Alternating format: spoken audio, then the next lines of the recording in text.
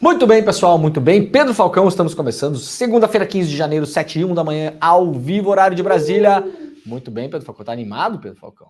Tá. Acordei bem hoje. Aparentemente, sim. Dormiu pouco, mas acordou bem, né? É isso aí. Tá no meu time também. Muito bom dia para todo mundo que está nos acompanhando já. Estamos ao vivo, claro. Para quem já está no nosso chat, muito bom dia. Diga de onde você está teclando neste exato momento. Muito obrigado pela companhia de todo mundo. Estamos ao vivo em todas as redes sociais, nas mais relevantes, pelo menos no Twitter, na Twitch, no Instagram, no Facebook e também, claro, no YouTube, em alguns canais. Esses dias eu descobri, Pedro Falcão, que a gente faz o programa em 6 ou 7 canais do YouTube, é isso? Você já contou? O Jimmy contou para mim esses dias. Então, para você quiser acompanhar o Desperta, não falta canal, né, o Pedro Falcão? Tem canal pra caramba. Estamos ao vivo no canal do Eduardo Moreira, do ICL Notícias, do Leandro Demore, da Rádio Brasil Atual e vários outros canais, da TVT também. E muito obrigado para quem nos acompanha na TV aberta, TVT em São Paulo, TV Quirimurê na Bahia e também no bom e velho Radinho. Muito bom dia a todo mundo que nos ouve na Rádio Brasil Atual e também na Rádio Heliópolis. Muito obrigado pela parceria. Esta rede está crescendo, está se ampliando. Esse ano, aliás, um ano eleitoral, um ano importante. Eu já comentei, inclusive, esses dias aqui. Se você quer eventualmente transmitir os programas do ICL, entre em contato conosco, mande pra gente. Você pode transmitir gratuitamente os programas do ICL em mais rádios por aí. Vocês têm uma rádio aí no interior do Brasil, uma rádio comunitária e gostaria de ter uma programação um pouco mais robusta, digamos assim, pode começar amanhã com o Desperta, como tendo o seu programa de rádio matinal às 7 horas da manhã, ao vivo todos os dias de segunda a sexta, tá bom? Vai chegando por aí, vai deixando seu like, vai assinando o canal, vai ativando o sininho, o que mais, Pedro Falcão? Vai comentando, aquela coisa toda, né? Sejam educados e educadas, por gentileza, no nosso chat, porque o nosso chat é um chat de família, né, Pedro Falcão? Não é Deus, Pátria, Família. É um chat de família para pessoas de bem, de fato, né? De facto, como diz o português. E qualquer família, não é família tradicional, não. Qualquer família também, e quem tem família aí de um jeito, do outro e tal, ninguém tem nada a ver com a família das pessoas, né? Cada um organiza a sua família do jeito que bem entender, não é mesmo? Bom, a gente tem muita coisa no programa hoje, temos inclusive um vídeo um pouco mais longo que eu quero mostrar para vocês aqui, mas é importante, um pouco daquela coisa nada que a gente já não saiba, mas tá rolando uma polêmica. Mais uma polêmica desnecessária do Conselho Federal de Medicina, desnecessária para a sociedade brasileira, muito necessária para a atual gestão do Conselho Federal de Medicina. A gente vai tratar disso aqui porque entre sexta-feira e domingo foi uma grande conversa nos grupos médicos do Brasil, foi mais uma ação, por que não dizer, bolsonarista, anticientífica do Conselho Federal de Medicina em relação às vacinas da Covid para crianças. Então, atenção, se você tem crianças em casa, conhece pessoas que têm crianças, que ainda ficam na dúvida até hoje, né? Até hoje, 15 de janeiro de 2023, Pedro Falcão, ou 4. 2024. Já viramos o ano, né, Pedro? Que eu achei que ia fazer de quando começou aqui no Brasil. Entendi. Não, era para ver se você estava acordado só, Pedro Falcão. Tá acordado. Tá desperto, né, Pedro Falcão? Tá despertando. Tá despertando ainda, está despertando ainda. Então, se você tem dúvidas, eu conheço pessoas que têm dúvidas até hoje. Vacina ou não vacina? O filho, a criança, lá de 6 anos, 7 anos, contra a Covid, tá funcionando, não tá funcionando, aquela coisa. Então, muito bem, a gente vai mostrar de novo aqui, pela milésima vez. Agora, o Conselho Federal de Medicina está fazendo mais uma vez, de modo mais ou menos velado, através de uma tal de pesquisa de opinião com médicos, fazendo mais uma vez uma campanha anti-vacinação da Covid. Sim, depois de 700 mil mortos que nós tivemos no Brasil, aliás, o maior número de mortos em comparação ao tamanho da população do mundo, a pior gestão da pandemia do mundo, isso aqui não é a minha opinião, já saíram algumas pesquisas em relação a isso, a quantidade de mortos que nós tivemos no mundo e também no Brasil por conta do tal do protocolo do kit Covid. Tem uma pesquisa, inclusive, do Instituto de Saúde da Austrália, colocando o Brasil como o pior gestor da pandemia do mundo, não é um dos o pior do mundo, que estava na mão do general Pazuello, que é um cara que assumiu o Ministério da Saúde e declarou publicamente que não sabia o que era o SUS. Né, Pedro Falcão? O cara vai lá e fala, não, vamos assumir no Ministério aqui. Muito bem. O que é o SUS, general? Eu não sei exatamente o que é o SUS. Eu fui descobrir quando eu virei ministro. Esse era o Ministério Técnico do Bolsonaro. Lembram quando o Bolsonaro assumiu?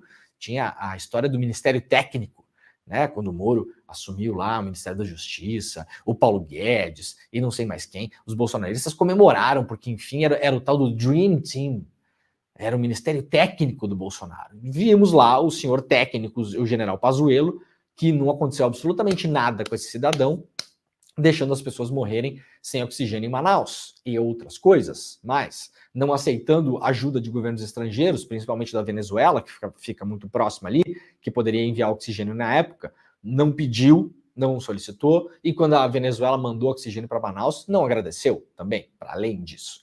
Então daqui a pouquinho a gente vai falar sobre isso aqui no Desperta, tá bom? Vamos lá então, que tem bastante notícia hoje, né, Pedro Falcão? Vamos ligar o ar-condicionado, Pedrinho? Tá quente, né? Não tá? Pode ligar naquele modo silencioso também, tudo bem. Só para dar um gásinho, como diz, né? Bom, gente, vamos lá então, vamos começar lá com o G1, o portal de notícias lá das organizações Globo. Após temporal com mortes e destruição, Rio de Janeiro tem buscas por desaparecida e pode ter mais chuva nos próximos dias. Enquanto ainda se recupera do temporal que deixou ao menos 11 mortos e faz buscas por mais ou menos uma pessoa desaparecida, o Grande Rio pode ter pancadas de chuva à tarde e à noite nesta segunda-feira, que deve começar com sol e nuvens, segundo a previsão do Clima Tempo. Segundo o Alerta Rio, entre segunda-feira e quarta-feira da semana passada, entre segunda-feira, hoje e a próxima quarta-feira, haverá redução de nebulosidade sobre a cidade e não a previsão de chuva. As temperaturas apresentarão elevação, então pode ter alguma coisa de chuva hoje, mas o tempo deve firmar a partir de hoje até quarta-feira, o que deve ajudar muito as regiões alagadas. Na quinta-feira, áreas de estabilidade em altos e médios níveis da atmosfera, reforçadas pelo calor, influenciarão o tempo na capital, com previsão de pancadas isoladas de chuva moderada e forte à tarde e à noite. Então, a partir de quinta-feira pode voltar a chover. Então, eu vou repetir o que eu sempre falo aqui. Se você mora em áreas de risco, abrigue-se em outro lugar. Eu sei que para muita gente não é possível, não tem para onde ir, e para isso a gente tem que fazer o que eu já falei outras vezes aqui também, criar organizações da sociedade civil, comitês populares, organize seus vizinhos, não precisa de nenhuma burocracia, você não precisa abrir CNPJ, não precisa fazer nada, organiza um grupo de moradores e pressionem as prefeituras. Isso é o principal em relação às adversidades que a gente vê por conta principalmente da emergência climática. E nesse ano que passou e no nosso ano agora, corrente, até abril, também influenciados pelo El Niño. Você tem que pressionar a sua prefeitura local. Para que vamos pressionar a prefeitura local, Leandro? Ora, para que a prefeitura local tenha um planejamento para quando, não é se acontecer, para quando acontecer a próxima enxurrada, o próximo temporal, a próxima chuva de granizo. É preciso que as prefeituras sejam pressionadas. Senhores vereadores, senhores prefeitos, para onde nós vamos levar as pessoas? Qual é o ponto de encontro caso aconteça alguma coisa mais grave? Que tipo de estrutura a prefeitura tem? Tem barraca, não tem barraca? Consegue montar uma cozinha comunitária em 2 horas? Sim, não. Se conseguir, quem vai gerenciar essa cozinha? Quem vai receber as doações que chegam? Por sorte, nós temos um país onde as pessoas mandam doações, só que muitas vezes não tem estrutura para fazer a triagem, até para comunicar à população, olha, não manda mais, sei lá, cobertor, não precisa de mais cobertor, manda arroz, manda feijão, ou venham ajudar a fazer tal coisa que precisa, cuidar das crianças que ficam nos abrigos, vai ter aula, não vai ter aula, as aulas vão ser transferidas para esses abrigos ou não, o que se faz em caso de uma tragédia por conta de chuva, por exemplo. Então, não esqueçam, eu já dei essa ideia aqui. Aliás, eu pedi para quem nos acompanha, na semana retrasada, se eu não me engano, se você montar esse tipo de comitê na sua cidade, depois conta pra gente aqui como foi. Eventualmente, se alguém tiver essa experiência, olha, coloca no chat pra gente, olha, eu montei aqui na minha cidade, juntei aqui um pessoal que mora perto de mim, a gente foi lá, acionou um vereador, esse vereador foi lá, fez um evento na Câmara aberto, a gente pôde ir lá falar e nós cobramos a prefeitura e a prefeitura apresentou esse protocolo aqui. Pum, vai funcionar assim, até para saber quais são as deficiências locais das prefeituras. Porque aí, eventualmente, a prefeitura, junto com a população, podem cobrar o governo do estado e o governo federal. Olha só, nós não temos aqui corpo de bombeiros na nossa cidade. Tem várias cidades que não tem corpo de bombeiros. O corpo de bombeiro é numa cidade próxima. Então, qual é o protocolo para a chegada? Tem embarcação para salvar as pessoas? Enfim, você saber exatamente o que acontece quando acontecer da próxima vez, tá bom? Então, quem criar aí, por gentileza, esse comitê popular, chame como quiser, grupo, não requer muita burocracia nem nada. Você vai lá juntar uma galera e vai tentar entrar no poder público. Talvez o caminho mais fácil seja via câmaras de vereadores, você pegar um vereador lá que ouça, que organize e que coloque vocês em contato com o poder público. Se vocês tiverem essa experiência na cidade de vocês, por gentileza, comente no nosso chat para a gente também ver aqui como as pessoas estão se organizando para servir de modelo para outras pessoas. Acho que isso também é uma das coisas mais importantes. Bom, quem quiser ver as principais áreas do Rio de Janeiro que foram atingidas pela chuva, o G1 fez um mapa, né? Aqui está o mapa, para quem quiser entender um pouco mais. Muitas das cidades do Grande Rio e da Baixada Fluminense também, para você também se organizar aí, porque para além dos prejuízos materiais, nós tivemos aí 11 pessoas mortas durante o final de semana no Rio de Janeiro. Lá no Diário do Centro do Mundo, DCM, diariodocentrodomundo.com.br, pressionado por 11 mortes, Castro, que é o governador do Rio de Janeiro, para quem não lembra, porque a gente só lembra do Eduardo Paes. O Eduardo Paes parece que é o único prefeito estadual do Brasil, porque toda vez que a gente vê alguma coisa acontecendo no Rio de Janeiro, em relação à violência, alguma coisa, quem aparece é o Eduardo Paes. Essa é a mais pura verdade. O Cláudio Castro, ninguém sabe, ninguém viu. O Cláudio Castro, quando aparece, é na página policial, como apareceu no mês passado, aí com o irmão dele envolvido num esquema de corrupção, que está sendo investigado ainda, não tem condenação, então não estamos falando nada que o Cláudio Castro é condenado por corrupção, mas o Cláudio Castro costuma aparecer nas páginas policiais nos últimos tempos, porque como governador do Rio de Janeiro, é uma pessoa absolutamente inepta. E aí o Cláudio Castro estava na Disney de férias e decidiu voltar para o Rio de Janeiro. Após as fortes chuvas no Rio de Janeiro, que deixaram 11 mortes e levaram o prefeito Eduardo Paes a declarar estado de emergência na cidade, o governador Cláudio Castro decidiu interromper suas férias na Disney, nos Estados Unidos, para retornar ao Rio de Janeiro e auxiliar na gestão de crise. Segundo informações do Palácio Guanabara, Castro coordenou remotamente as ações das secretarias estaduais envolvidas nos esforços de resgate e assistência aos municípios impactados pelas chuvas ao longo do dia. O governador em exercício, Thiago Pampolha, que absolutamente ninguém sabe quem é também, percorreu e sobrevoou as áreas afetadas durante a tarde, enquanto Castro apenas atualizava suas redes sociais com informações da crise. A decisão do governador de retornar ao país ocorreu após fortes críticas da população. Nas redes sociais, o nome de Castro chegou a figurar entre os assuntos mais comentados no Twitter. Devido aos estragos e prejuízos causados pelas chuvas no Rio, a prefeitura da capital, de Duque de Caxias e de Nova Iguaçu, declararam estado de emergência. A previsão é que o governador retorne ao Rio de Janeiro na manhã dessa segunda-feira, às 10 horas da manhã, e participe de uma reunião no Centro Integrado de Comando e Controle com representantes dos órgãos envolvidos na operação de socorro. Todas as mortes registradas até o momento ocorreram na Baixada Fluminense ou na zona norte da cidade do Rio de Janeiro, capital, sendo as causas mais comuns o afogamento, soterramento e também choque elétrico. Além dessas fatalidades, ao menos uma mulher está desaparecida em Belford Roxo, supostamente após sumir no rio Botas. O Paes foi pro Twitter, né? E cutucou o governador a respeito da rodovia BR-040, que estava interditada devido aos alagamentos. O prefeito informou que a rodovia estava fora do território carioca e, portanto, era de responsabilidade do governador estadual. Ele também afirmou que a prefeitura agiu rapidamente para liberar as principais vias da cidade. E aí tuitou o Paes aqui, tá aqui o tweet do Eduardo Paes, que aliás é um usuário frequente do Twitter, né? Só para lembrar, a BR-040 é uma concessão e não fica na cidade do Rio de Janeiro. Antes que me culpem, já agimos em todas as principais vias que ficaram alagadas na cidade. A Avenida Brasil, por exemplo, foi liberada às 11h30 da manhã, então tá aí o Paes falando que o senhor Cláudio Castro está lá tirando foto com o Mickey, enquanto o Rio de Janeiro literalmente afunda por conta das enxurradas.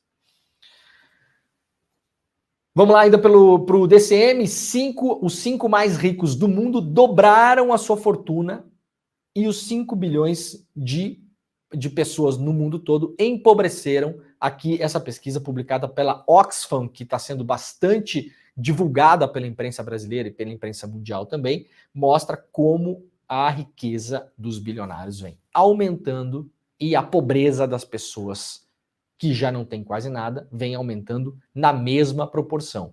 É fácil imaginar que o dinheiro dessas pessoas está indo parar na mão de pouquíssimas outras que estão enriquecendo cada vez mais. A riqueza dos 5 homens mais ricos do mundo, mais que dobrou desde 2020, não por acaso durante a pandemia.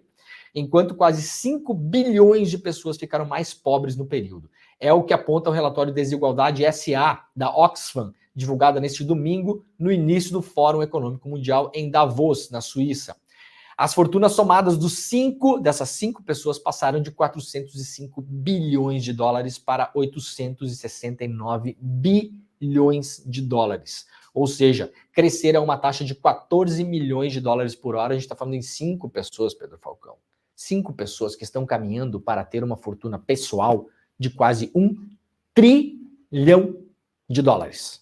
5 pessoas no mundo. Se alguém segue achando que esse sistema que vigora no mundo todo, no mais das vezes chamado capitalismo e disfarçado de várias outras coisas, porque muita gente que defende esse sistema gosta de confundir capitalismo com democracia.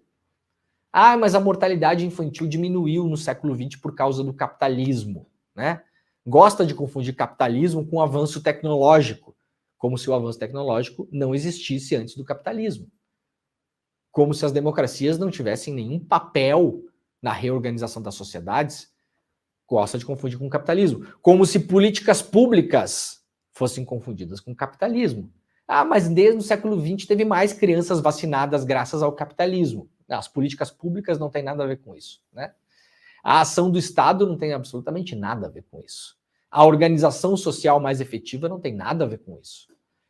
O reforço da educação em vários países não tem absolutamente nada a ver com isso. A decisão de países como o Brasil de universalizar a assistência à saúde não tem nada a ver com isso. Tudo é o capitalismo, essa benesse da humanidade. Pois bem, essa mesma estrutura social que a gente tem vigente na maior parte do mundo está levando a 5 pessoinhas, terem uma fortuna pessoal de quase 1 trilhão de dólares. Isso é mais do que o PIB da, talvez, maioria dos países do mundo. Ou seja, essas pessoas tornaram-se, de fato, países. Países com o poder do dinheiro, da força da grana, como diz o Caetano Veloso, que ergue e destrói coisas belas. Essas pessoas estão agindo no mundo todo porque são pessoas, como a gente já falou várias vezes aqui, a gente está falando aí dos magnatas, principalmente das empresas de tecnologia, que influenciam em políticas públicas no mundo todo, inclusive no Brasil. É o maior lobby em termos financeiros do mundo já há uns bons anos. Lobby de pagar mesmo, financiar deputado, senador, presidente, financiar a política, está dentro da política, para fazer com que as democracias andem conforme a necessidade dos seus próprios negócios. Segundo o relatório, seguindo essa toada, o mundo terá seu primeiro trilionário já na próxima década, para a alegria dos que celebram a riqueza alheia, mas a pobreza não será erradicada nos próximos 229 anos. Isso aqui é um relatório da Oxfam, não é uma opinião. Se as coisas seguirem como estão, na próxima década nós teremos o primeiro trilionário da história. Isso não está longe, né? Tem alguns que estão muito próximos aí, Jeff Bezos e Elon Musk, essa gente aí, essa gentalha. Só que, em seguindo essa mesma lógica que o mundo segue hoje, não vai ter nenhum tipo de erradicação da pobreza, nem próximo disso, se as coisas continuarem exatamente como estão, nos próximos 2 séculos. Porque a riqueza dessas pessoas seguirá sendo acumulada, enquanto a pobreza das outras seguirá aumentando. De acordo com a Oxfam, 791 milhões de trabalhadores viram seus salários ficarem abaixo da inflação e perderam 1,5 trilhão nos últimos 2 anos, o equivalente a 25 dias de salário perdidos para cada pessoa. Analisando a concentração de riqueza no Brasil, a Oxfam aponta que 4 dos 5 brasileiros mais ricos tiveram um aumento de 51% em sua fortuna desde 2020. Ao mesmo tempo, 129 milhões de brasileiros ficaram mais pobres.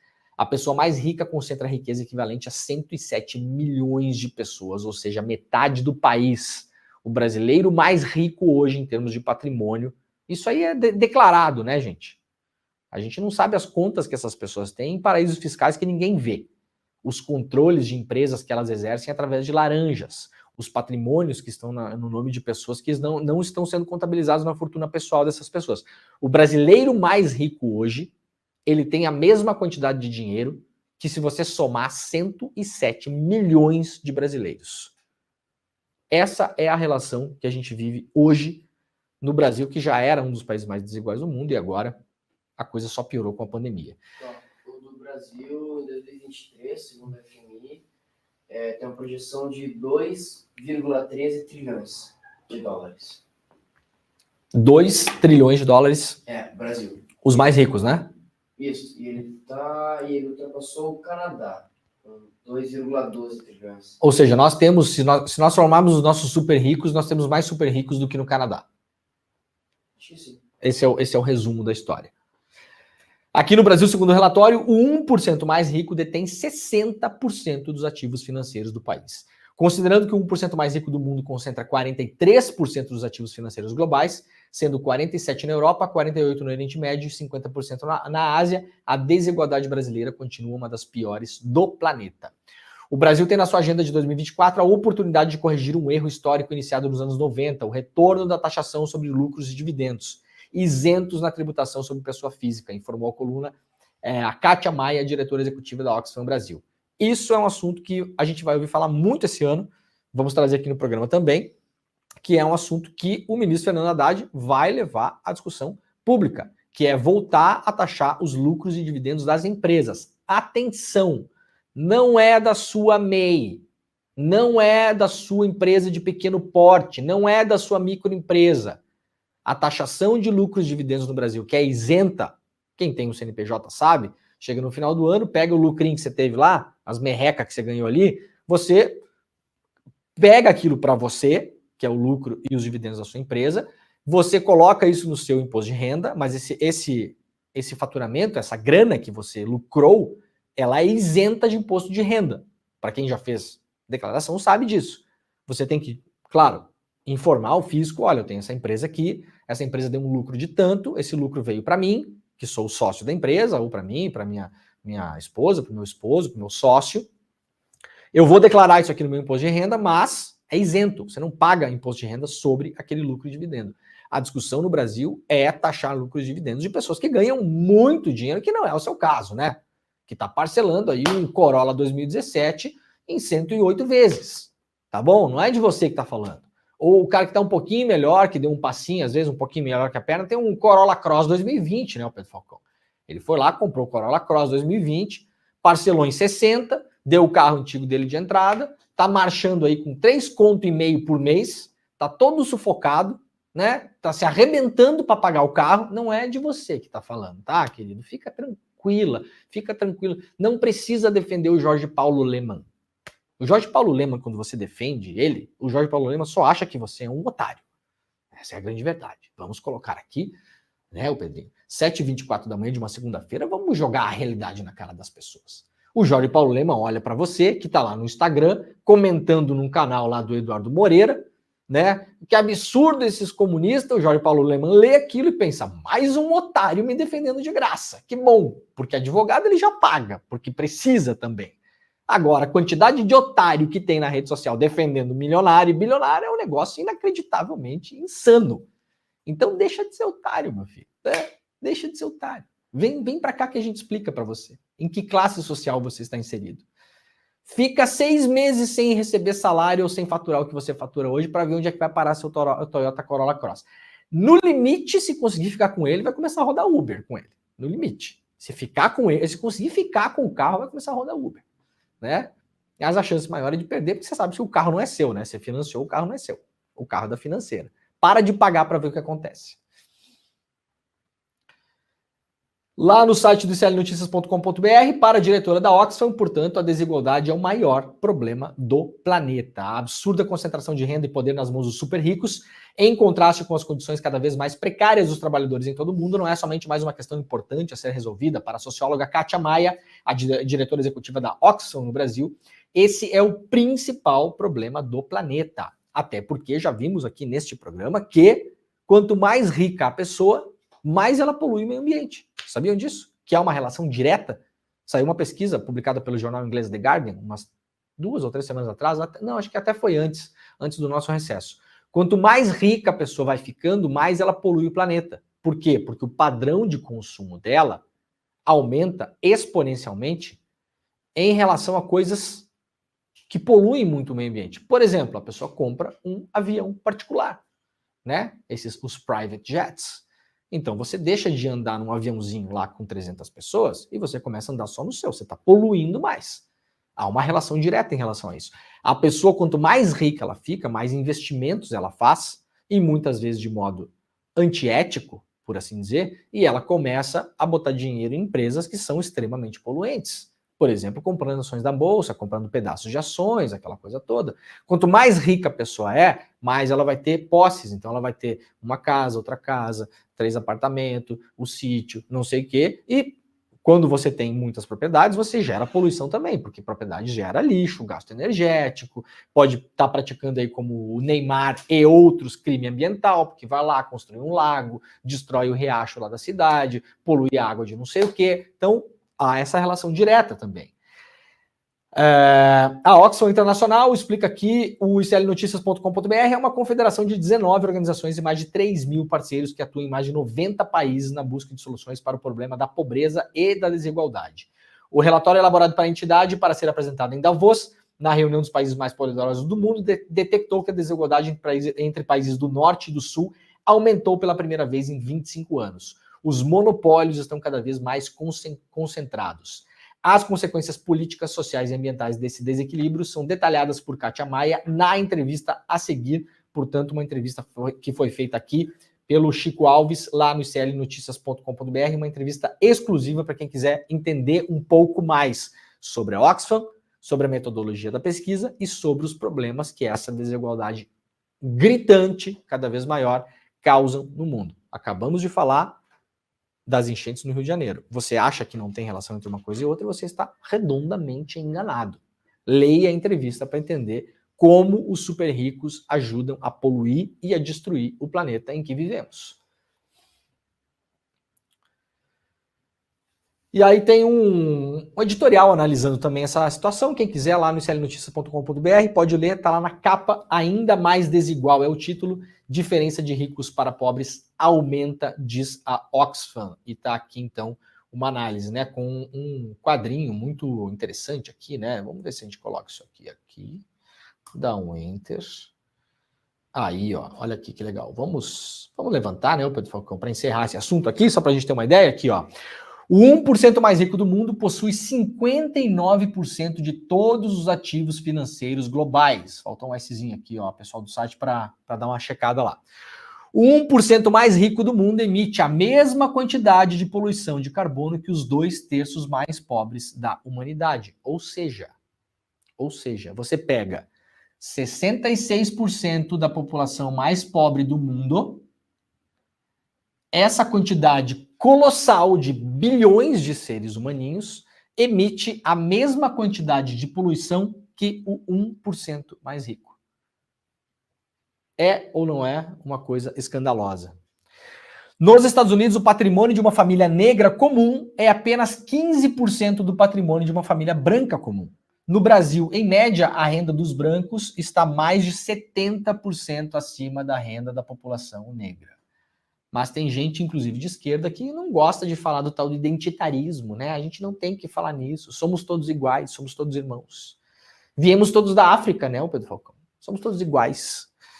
Apenas 0,4% das mais de 1.600 maiores e mais influentes empresas do mundo estão comprometidas publicamente com o pagamento de salários dignos a seus trabalhadores e apoiam isso em suas cadeias de valor. Ou seja, 0,5% das empresas é comprometida em pagar direito os funcionários. A imensa maioria faz só o que obriga a lei ou, muitas vezes, abaixo disso. Levaria 1.200 anos para uma trabalhadora do setor de saúde ganhar o que o CEP de uma das 100 maiores empresas da lista da fortuna da Forbes, né, da Fortune, ganha em média em um ano. Ou seja, você leva 1.200 anos para ter o mesmo faturamento que uma das 100 maiores empresas do mundo. Muito bem, quem quiser mais detalhes, pode correr lá para o iclnoticias.com.br. Olha, informação sobre a vacina da dengue. O Ministério da Saúde define estratégia de vacinação enquanto os estados se mobilizam. A estratégia de vacinação contra a dengue no país, prevista para começar em fevereiro, será norteada por uma reunião técnica hoje entre o Ministério da Saúde, a farmacêutica japonesa, se eu não me engano, né, a Takeda, que desenvolveu a vacina, e entidades da sociedade civil. Face ao desafio da limitada capacidade de produção do laboratório, 2 anos de recorde de mortes consecutivos pela doença e a expectativa de até 5 milhões de casos apenas esse ano, os casos de dengue estão aumentando também porque os mosquitos não morreram no inverno, porque não tivemos inverno. O inverno, principalmente no sul do Brasil e sudeste, foi um inverno muito chuvoso. Não teve frio o suficiente e aí o número de mosquitos na primavera e no verão aumenta.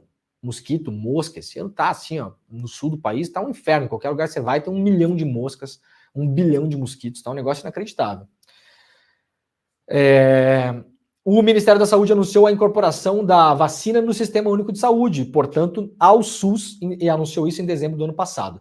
A proposta de estratégia de vacinação que a fabricante sugeriu à pasta é imunizar, por enquanto, apenas crianças de 4 anos, de até 4 anos, e adultos de 55, acima de 55, eu imagino, né? O Ministério, contudo, avalia incluir mais idades na vacinação, conforme apurou o Globo. Também pesa uma orientação da OMS de outubro, que orienta aplicar a nova vacina contra a dengue em crianças e adolescentes de 6 a 16 anos, considerando os locais de maior incidência da doença. Então fiquem de olho, porque a vacina já estará disponível dentro em breve. Gente, em relação a isso, na sexta-feira, atenção que eu vou falar aqui, que é importante. Na sexta-feira, eu recebi de um médico alguns prints de uma pesquisa que o Conselho Federal de Medicina está rodando para médicos do Brasil inteiro. O Conselho Federal de Medicina, como nós vamos bem lembrar aqui, durante a pandemia de Covid, foi um conselho federal que apoiou as ideias tresloucadas do Bolsonaro. Não foi um Conselho Federal de Medicina que olhou para a pandemia, olhou para o que estava acontecendo no mundo, pegou as melhores práticas, reuniu especialistas da área, porque, atenção, médico não é especialista em vacina. Médico não é cientista.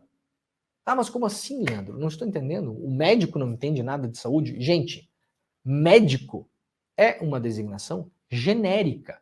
O que é médico? Você confiaria no seu dermatologista para operar o seu coração?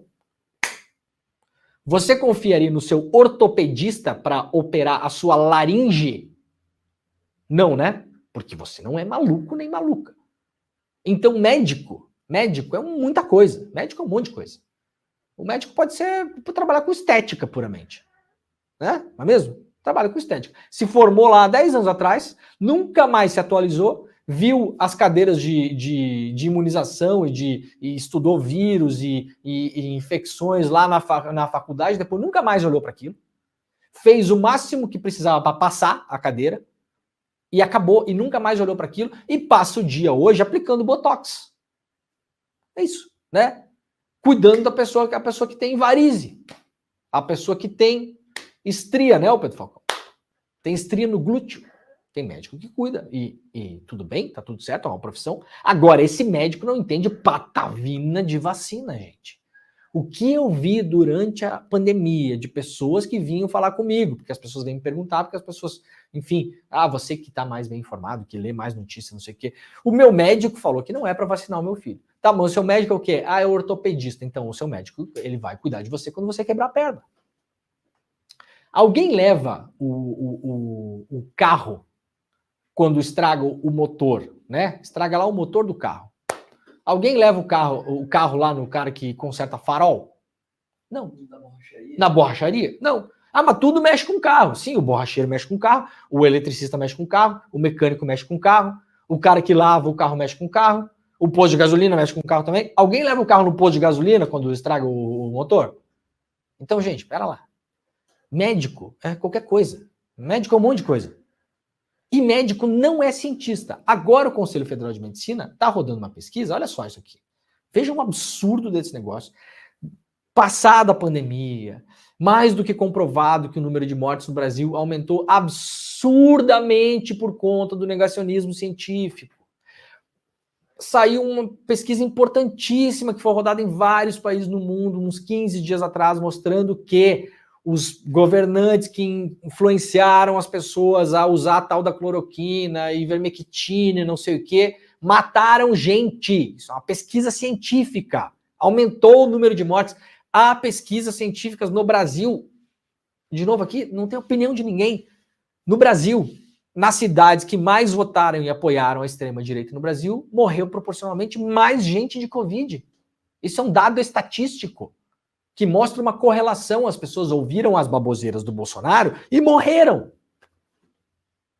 O Conselho Federal de Medicina apoiou essas ideias esdrúxulas durante toda a pandemia. Toda a pandemia. Em nome da suposta autonomia médica. Autonomia médica. O que pode ser traduzido como irresponsabilidade, né, Pedro Falcão? Ah, eu tenho autonomia, eu sou médico, eu tenho autonomia médica. Então a pessoa quebrou a perna, eu vou receitar para ela tomar uma aspirina, porque eu tenho autonomia médica. Não, você é um louco que tem que ser chutado da profissão. Isso não é autonomia médica. Imagina, Pedro Falcão, a autonomia do agente de trânsito. Não, o agente de trânsito tem autonomia. Então o cara vai lá e vai olhar para o sinal vermelho e vai explicar para as pessoas que vermelho tem que passar. É a autonomia do agente de trânsito. Isso, o nome disso é irresponsabilidade, é loucura, é insanidade. E no limite pode ser até um crime. Agora o CFM está rodando uma pesquisa com os médicos do Brasil. Mandou um e-mail para todos os médicos do Brasil, todos, indiscriminadamente, para a pessoa que cuida de varize, para o cara que cuida de nariz, para a pessoa lá que cuida para ajudar a pessoa lá a fazer crescer cabelo, para todos os médicos, todos, e eu não estou desmerecendo nenhuma das especialidades, tá, gente? Agora uma coisa, outra coisa. Para que os médicos opinassem sobre a vacinação de crianças. Aqui, ó. Prezado doutor, com o objetivo de conhecer a percepção dos médicos brasileiros sobre a obrigatoriedade da vacina de Covid para crianças entre 6 meses e 4 anos e 11 meses, o Conselho Federal de Medicina convida você a responder o seguinte questionário. Um questionário para entender a opinião dos médicos sobre a vacinação de crianças para Covid. O que é que vem embutido nessa história? Eu vou mostrar aqui 2 telas da pesquisa que esse médico me mandou. Tá aqui, ó. Isso aqui é uma das perguntas da pesquisa. Para quem não estiver conseguindo ler, eu vou mostrar aqui, ó. Uma pergunta da pesquisa do Conselho Federal de Medicina para os médicos, todos os médicos do Brasil. A aplicação de vacinas contra a Covid-19 em crianças com idades entre 6 meses e 4 anos deve ser obrigatória? Em caixa alta aqui, ó. Deve ser obrigatória? Não ou sim? Aí tá lá o ortopedista respondendo isso aqui. O que sabe o ortopedista? Isso aqui é a mão do médico que estava bloqueando aqui o seu próprio nome. Porque, para além de tudo, os profissionais sérios têm medo de sofrerem punições pelo CFM. Porque tem isso também, tem caça às bruxas, tem perseguição. É bolsonarismo, gente. É bolsonarismo dentro da área médica. A atual diretoria do Conselho Federal de Medicina, ela é uma diretoria bolsonarista. Ela está fazendo política vagabunda com a saúde de crianças dentro de um conselho que deveria ser sério, mas não é. Deveria ser muito sério. Eventualmente tem muita gente séria no CFM, mas quem está comandando esse negócio, de seriedade, não tem nada. Então tá aqui o dermatologista respondendo o que acha sobre vacina de Covid para criança. O que entende? Nada. Patavina de vacina. Estudou? Não. Se aperfeiçoou? Não. É cientista? Faz pesquisa? Não. Viaja pelo mundo para participar de conferência, para entender o que está mais moderno, o que não está, não sei o quê? Não. Não. Tá aqui o ortopedista que passa o dia arrumando perna quebrada, e braço quebrado, e dedo quebrado, opinando sobre vacina. O que entende sobre isso? Absolutamente nada. Qual a relevância da opinião sobre a imensa... Vamos lá. Qual é a relevância da opinião da imensa maioria dos médicos brasileiros sobre vacina? Eu respondo para vocês. 0. E, de novo, não há demérito nenhum em falar isso. A gente está falando de ciência. Por quê? Porque a imensa maioria dos médicos do Brasil não é infectologista, não é virologista, não participa de congresso sobre isso, não estuda, não se informa, não faz pesquisa, não está dentro do Instituto Federal, não tem parceria com universidades estrangeiras, não conhece vacina, gente. Médico não é cientista. Não é obrigatoriamente cientista. Alguns são, a minoria, aliás. Outra pergunta aqui, ó. Após devidamente esclarecido pelo médico assistente sobre os benefícios e riscos relacionados à aplicação da vacina contra a Covid em crianças, os pais e responsáveis têm direito de não optar pela imunização das crianças? Quem que falou isso aqui durante anos no Brasil? Isso aqui é uma pergunta redigida pelo Carluxo. Isso aqui é uma coisa que sai da cabeça do Bolsonaro. Qual é a relevância do CFM, Conselho Federal de Medicina, rodar uma pesquisa com médicos do Brasil inteiro com essas perguntas capciosas? Tem um só objetivo. Um só objetivo. Conseguir massa crítica, dados, informação, para ter ali, no final dessa pesquisa, alguns números para jogar no público, jogar na imprensa, traficar a informação de um lado para o outro, para mostrar que o X% dos médicos são a favor que os pais possam optar em não vacinar crianças. Esse é o objetivo dessa pesquisa. E isso não sou só eu que estou dizendo. Médicos que vieram conversar comigo, inclusive esse que mandou essa tela, médicos que já se posicionaram nas redes sociais, a Associação Brasileira de Pediatria se posicionou contra essa pesquisa.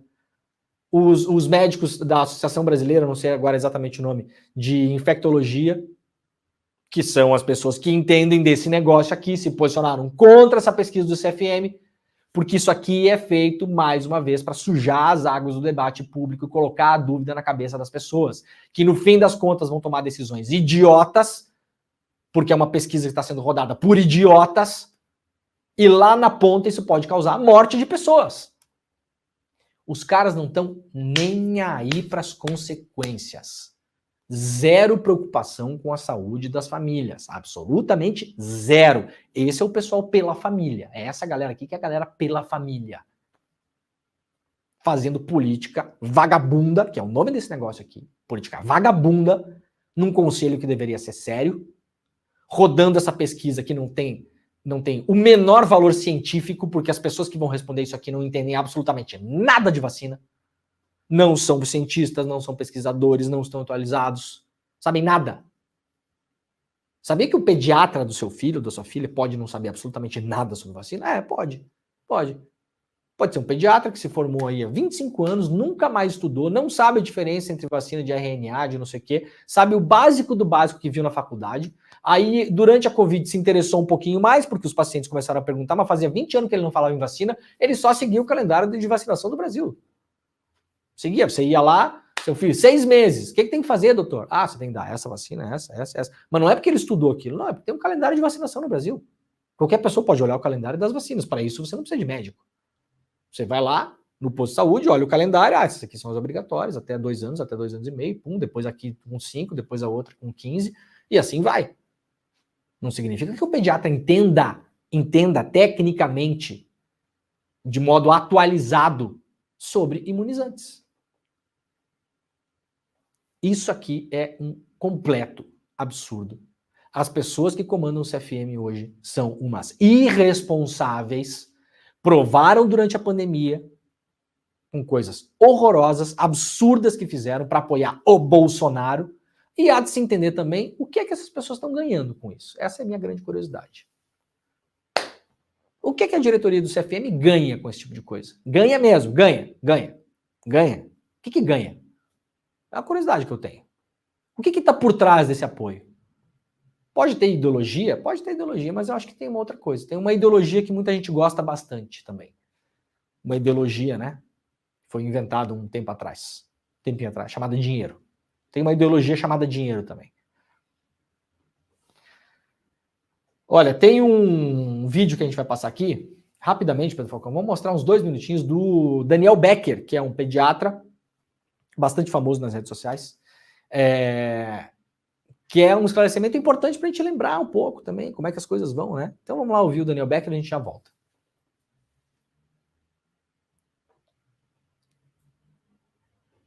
Gente, vamos falar do assunto mais polêmico na internet brasileira nesse momento, que na saúde brasileira, que é a vacina Covid infantil.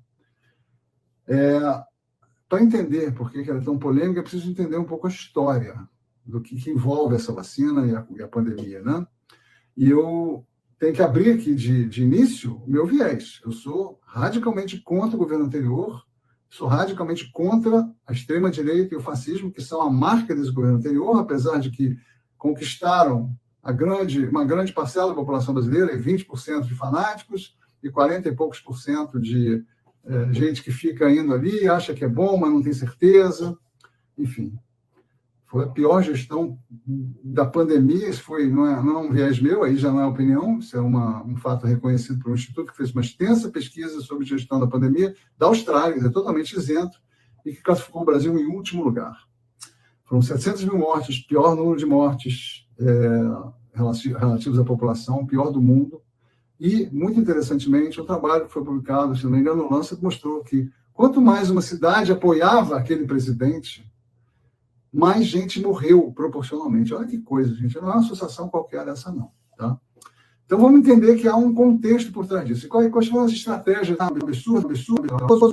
Uma vacina mais do que testada, aprovada em todos os países do mundo, por milhares e milhares de pessoas envolvidas na elaboração de estudos, na elaboração de regulamentações, milhares, literalmente, os melhores cientistas do mundo. Aí chega um idiota e diz, essa vacina não funciona porque eu criei ela. E as pessoas acreditavam. Porque fake news funciona mais, teoria conspiratória funciona mais, gente. Tem que entender isso. A gente está com medo por causa de teoria conspiratória. E essa gente que se agarrou à vacina cravou as unhas da vacina Covid infantil, dizendo que é um absurdo, que não precisa, que criança só tem caso leve e que vai matar as crianças e que vai inserir lá um DNA alheio que vai destruir o cérebro dela em 2 meses e que vai ficar adoecer e vai derreter. É isso. É por isso que a gente tem medo. E a miocardite, e os desmaios, e as mortes súbitas, gente, tudo isso foi refutado. Isso são mentiras, são teorias conspiratórias mentirosas. É difícil a gente lidar com isso, né? E aí, o que está acontecendo, gente? Agora existe uma obrigatoriedade de vacinar as crianças, porque essas vacinas foram inseridas no Programa Nacional de Vacinação, o melhor programa de vacinação do mundo. Ah, por que só no Brasil? Porque o Brasil tem números muito particulares de vacinação infantil. E vamos entender o que é obrigatoriedade também. Não vai um grupo armado na sua casa vacinar seu filho com a ponta de um revólver na sua cabeça, não. Tá? Fica tranquilo.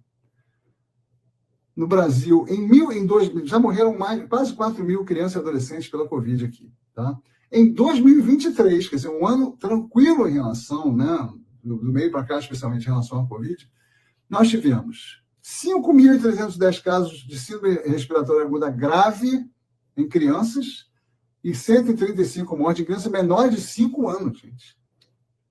Menores de 5 anos. Isso provavelmente foi a doença respiratória que mais matou.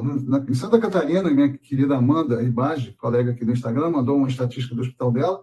A Covid, em 2023, foi a causa de síndrome respiratória que mais internou em UTI. Tivemos também 2.103 casos de síndrome inflamatória multissistêmica, com 51 casos em 2023. Né? Ela já matou 142 crianças desde o início. Acabou de sair, por sorte, né? Saiu agora, junto com essa inserção da vacina no SUS, saiu agora um estudo publicado no Annals of Internal Medicine, uma das melhores revistas mais respeitadas do mundo de medicina. Ela é mais respeitada que o doutor Zazar, sabe? Ela é bem mais respeitada. Mostrando que a vacina da Covid foi efetiva em seguintes números. Na onda Ômicron e na onda Delta, que foi a mais grave, né?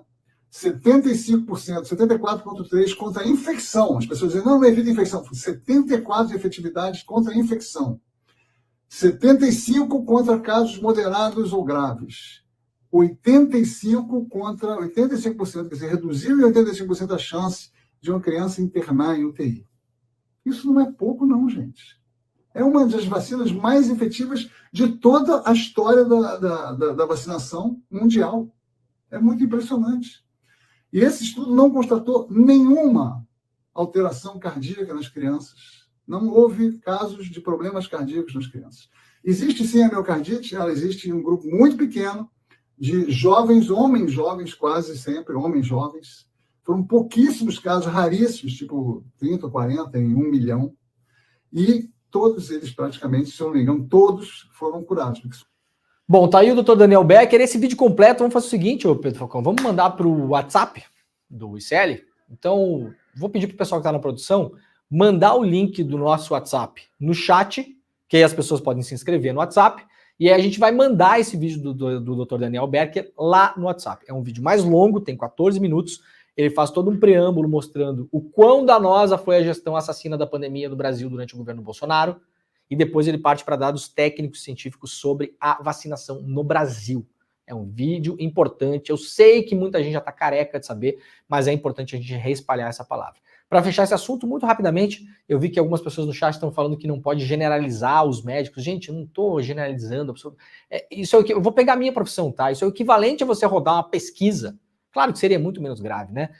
Rodar uma pesquisa com todos os jornalistas do Brasil, perguntando o que eles acham da cobertura sobre o crime organizado no Rio de Janeiro. Gente, o jornalista que cobre a Série C lá no Mato Grosso, ele não entende nada disso, gente. Não é porque ele é jornalista. O que os jornalistas brasileiros entendem pela cobertura da política econômica internacional na sede da ONU? Gente, a imensa maioria dos jornalistas não entende absoluta patavina disso. Ah, porque é jornalista, então não, gente. Pera lá, entendeu? O mecânico é uma coisa, o cara que cuida de carburador é um, o cara que cuida lá de injeção eletrônica. O seu mecânico lá pode entender, mas não entende de injeção eletrônica, ou não entende de mecânica de carro importado, ou não pega carro mais velho, ou não sabe mexer em carro elétrico. O borracheiro não cuida do motor. O posto de gasolina, ele bota gasolina no carro, ele não cuida da parte elétrica do carro. Médico não é cientista. Médico não entende sobre tudo que tem na área da medicina. Não, por acaso, temos especialidades. Eu não estou generalizando. Quem está generalizando é o CFM. Quem está colocando os médicos todos no mesmo balaio é o Conselho Federal de Medicina. Quem nos acompanha aqui e é médico ou médica deveria se insurgir contra esse conselho. Isso aqui é um absurdo que foi feito. Esse vídeo do Daniel Becker, ele publicou, claro, por conta dessa porcaria aqui do CFM. Mais uma. E absolutamente nada acontece com esses caras, né? Segue tudo como dantes. Então, espalhem o vídeo, a gente vai mandar lá no nosso Zap, né, Pedrinho? Daqui a pouco o pessoal da produção manda o link para as pessoas se inscreverem. Inscrevam-se no nosso WhatsApp, porque a gente manda coisas bacanas ali o dia inteiro. A gente vai mandar esse vídeo também para vocês poderem baixar o vídeo e espalhar a palavra do Daniel Becker. Ele não é o único, tá? Vários outros médicos e médicas se manifestaram durante o final de semana, só que eu achei o vídeo dele mais didático, mais fácil de explicar. Vamos lá então, de volta para o site do iclnoticias.com.br. General próximo a Vilas Boas teria atuado na compra de software do Exército. Em depoimento dado à Polícia Federal, Caio Santos Cruz, filho do general Santos Cruz, afirma que um amigo e colega de turma do general da reserva Eduardo Vilas Boas foi o intermediário da empresa Verint Systems para negociar a venda de sistemas de inteligência com o Exército. Isso aconteceu durante a gestão do próprio ex-comandante da Força. A informação foi revelada em matéria dos jornalistas Thaisa Oliveira, Fábio Serapião e César Feitosa da Folha de São Paulo. Entre os itens oferecidos por meio desse lobista para o Exército, estava o software First Mile, cujo uso pela BIM é investigado, aquele software que já se sabe, investigou ilegalmente, espionou ilegalmente dezenas de pessoas no Brasil, entre elas jornalistas, advogados e militantes dos movimentos sociais. 3 anos após pedir para ir para a reserva do Exército, o general Luiz Roberto Perê foi contratado pela Verint Systems por meio de uma empresa de consultoria criada pelo próprio militar em 2010. Além da empresa, ele atua como um dos conselheiros fundadores do Instituto General Vilas Boas, que comandava o Exército quando foi efetuada a compra do First Mile e outros softwares com dinheiro da Intervenção Federal do Rio de Janeiro. Ou seja, um general amigo do Vilas Boas vai para a reserva, começa a atuar como lobista de empresa que vende software de espionagem e esse software é vendido para o Exército Brasileiro. É o caso clássico que não tinha corrupção na ditadura, né, Pedro Falcão? Não tinha porque a gente não podia falar e não podia investigar. Porque durante a democracia, você bate o olho dentro da estrutura das Forças Armadas, você encontra alguém fazendo alguma coisa errada. É impressionante. Não estou generalizando todos os militares, para as pessoas não ficarem... Gente, generalização é uma questão científica. Generalização é uma questão científica. Generalizar é importante. Individualizar é importante, mas para você se aproximar do assunto, muitas vezes você primeiro generaliza, depois faz um aposto ali, né, vírgula, mas obviamente há exceções, vírgula, e continua seu raciocínio.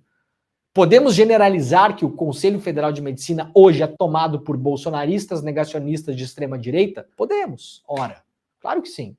Como que não podemos generalizar? Ah, mas tem um que não é. Parabéns para ele. Que é o quê? Uma medalha, Pedro Falcão? Que é um troféu? Que é um abraço? Né? Tá precisando do quê? Um 14º salário? Não. Parabéns. E ficamos por aí também. Não faz mais do que obrigação. Brasileiro gasta em média 20% de um salário mínimo por mês com as tais dos sites de aposta. Isso aqui me deixou estarrecido, cara, sinceramente. Olha só. O brasileiro gasta em média por mês R$263 com apostas esportivas. Gasta, tipo assim, perde, né? E você sabe que ninguém ganha dinheiro com aposta esportiva, né? Você ganhou 3 vezes. Tá falando aqui o filho de um pai que era jogador inveterado a vida inteira. Pedro Falcão tá me olhando porque ele bota dinheiro nessas porcarias também. Eu tô falando aqui. O meu pai passou a vida jogando. A vida inteira jogando. Baralho, dominó, máquina de caça-níquel, cassino, jogo online. Meu pai passou a vida inteira jogando. E o cérebro da pessoa que aposta é um cérebro muito seletivo. A pessoa só lembra as vezes que ganhou. E como negação, porque o jogo para ela é um prazer, ela apaga ou subdimensiona as vezes que perdeu. Eu posso garantir para vocês. Se você vai jogar num site de bet, você tem 95% de chance de perder seu dinheiro. Talvez tenha 5% ali que você vai ter sorte e vai ganhar. Só que quando você ganhar, você vai pegar aquele dinheiro que você ganhou e vai gastar de novo na aposta porque você acha que vai ganhar de novo e ali você vai perder o que você tinha e o que você ganhou. É assim que funciona. Pode não gostar, pode continuar apostando. Meu pai apostava por prazer. Meu pai não apostava para ganhar dinheiro, apostava porque ele gostava do jogo. Aí você sabe que você está gastando dinheiro para fazer um prazer, um hobby. Está dando dinheiro para outras pessoas. Essa é a opção, não é ganhar dinheiro. O valor é equivalente a quase 20% de um salário mínimo pago em 2023. Os dados são do Datafolha, que aferiu o comportamento e os hábitos da população brasileira em relação ao mercado de apostas. Liberados desde 2018 no Brasil, o mercado cresceu vertiginosamente no país. O texto novo, né, que vai ter do Ministério da Fazenda, fixa uma cobrança aí para que se cobre imposto, pelo menos, dessas empresas. Cerca de 21% dos homens no Brasil dizem já ter apostado em algum momento. Entre as mulheres, esse número cai para 9%, mostrando que mulher é mais inteligente do que o homem, até para isso, né? Tá bom? Muito bem. Acabou o programa, né, Pedrinho? Acabou-se? Então tá. Gente, nós voltaremos amanhã, 7 horas da manhã, ao vivo, horário de Brasília. Lembrando que o vídeo do Dr. Daniel Becker vai ser mandado para o nosso Zap. Para quem não é já assinante do nosso Zap, é de graça, entra no grupo lá para receber as principais notícias, né, todos os dias.